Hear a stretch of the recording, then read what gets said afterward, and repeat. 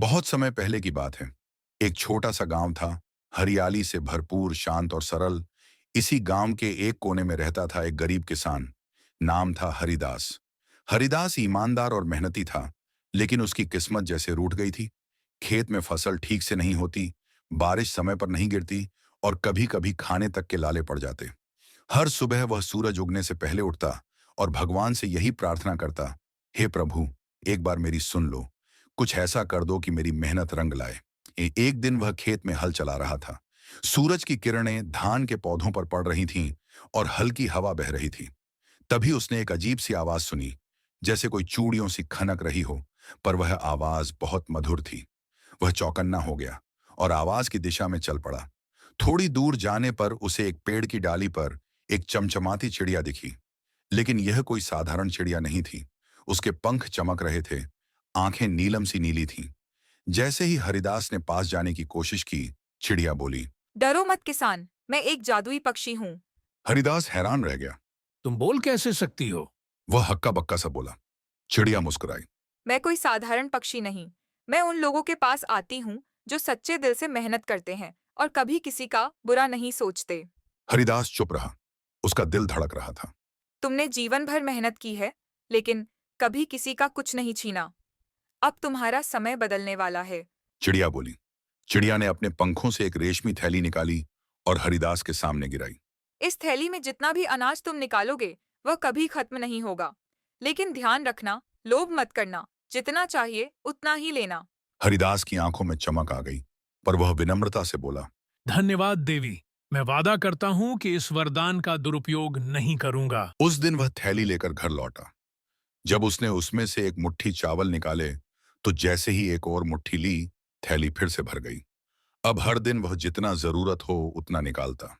धीरे धीरे उसका जीवन सुधरने लगा।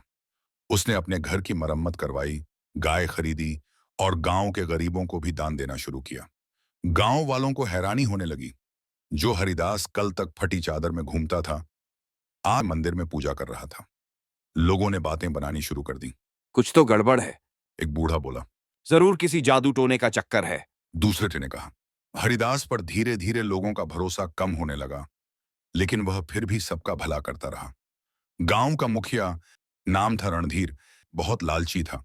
जब उसे पता चला कि हरिदास के पास कोई जादुई चीज है, तो उसने एक चाल सोची। एक रात वह चुपके से हरिदास के घर गया। उसने जादुई थैली चुरा ली, लेकिन जैसे ही उसने उसमें से चावल निकालने चाहे, थैली जलने लगी और राख बन गई।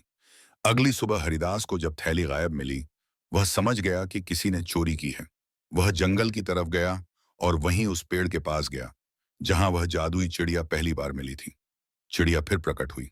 तुम दुखी हो हरिदास? हरिदास ने सब कुछ बताया। चिड़िया ने गहरी सांस ली। तुमने वादा निभाया, लेकिन दुनिया ने तुम्हारे साथ अन्याय किया। अब मैं तुम्हें दूसरा वरदान देती हूँ, लेकिन यह आखिरी होगा। इस बार चिड़िया ने एक छड़ी दी। यह छड़ी जहां भी घुमाओगे, वहां उपजाऊ जमीन बन जाएगी और पेड़ पौधे झट से उग आएंगे। लेकिन एक बार में सिर्फ एक खेत पर ही प्रयोग करना। हरिदास ने उस छड़ी का उपयोग किया और अपने सूखे खेत को एक बाग में बदल दिया।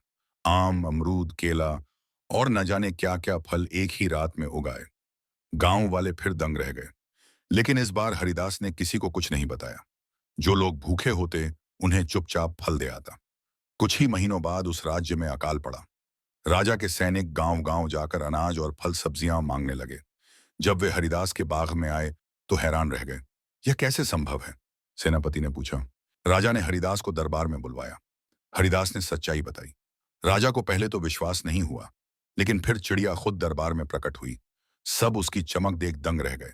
चिड़िया बोली। हरिदास को सताया गया, फिर भी उसने बदले की भावना नहीं रखी। यही एक सच्चे इंसान की पहचान है। राजा ने हरिदास को अपने राज्य का मुख्य कृषि अधिकारी बना दिया।